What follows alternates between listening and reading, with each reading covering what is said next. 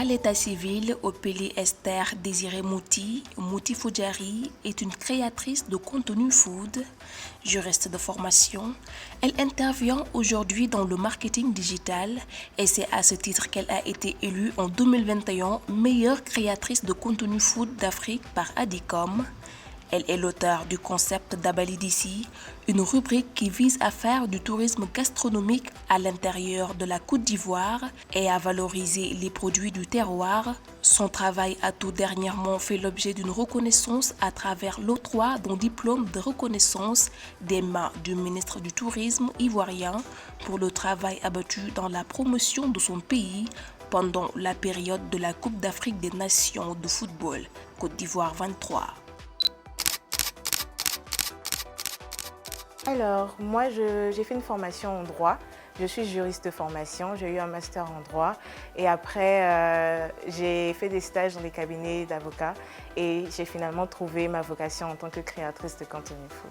Alors quand j'ai terminé mes études, j'ai préalablement fait des stages dans des cabinets d'avocats comme je l'ai mentionné et ensuite j'ai fait des stages en marketing digital parce que à la base je n'étais pas créatrice de contenu mais c'était une passion. Et je me suis dit qu'il faut toujours tout faire avec excellence. Donc, je voulais être créatrice de contenu, mais je me suis rendu compte qu'on intervenait dans le domaine du marketing et il fallait avoir des outils, des diplômes sur la question.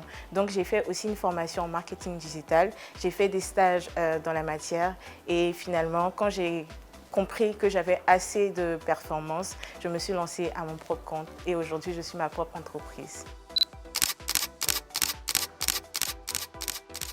Alors aujourd'hui, je comptabilise 280 000 abonnés, plateformes Instagram et TikTok confondues.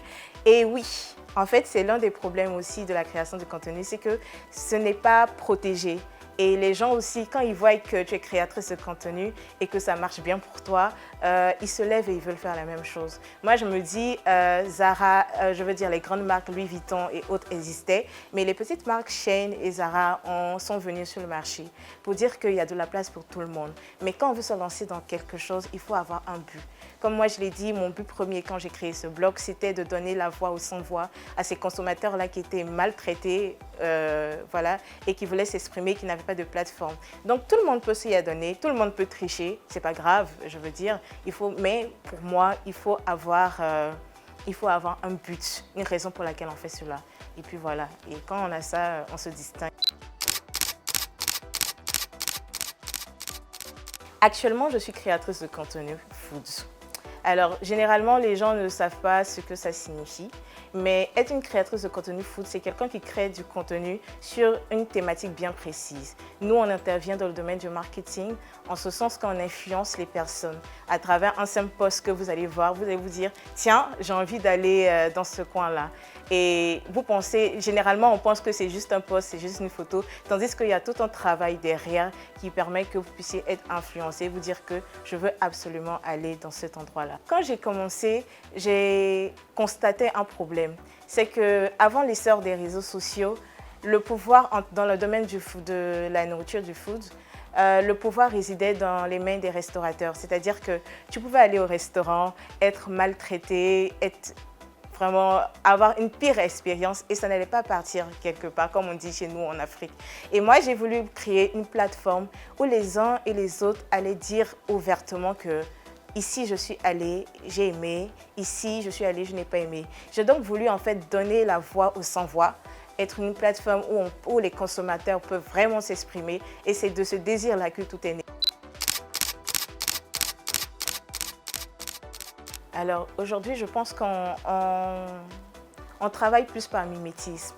Je veux dire, comme je l'ai dit, aujourd'hui, quand tu vois une personne faire quelque chose, tu te dis, moi aussi j'aimerais faire cette chose. Quand tu vois qu'il n'y a pas que des choses ordinaires et qu'il y a des choses qui ne sont pas très super ordinaires, mais ce sont des choses qui changent ce qu'on a dans notre cadre de vie ordinaire, je veux dire qu'en montrant, en étant des modèles, en étant des exemples, on peut influencer la jeune génération.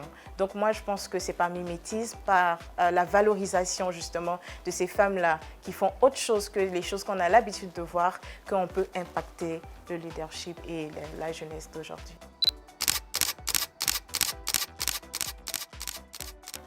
Relativement à la place de la femme, je dirais qu'en tant que juriste, je serais mal placée pour dire que la position de la femme n'a pas évolué.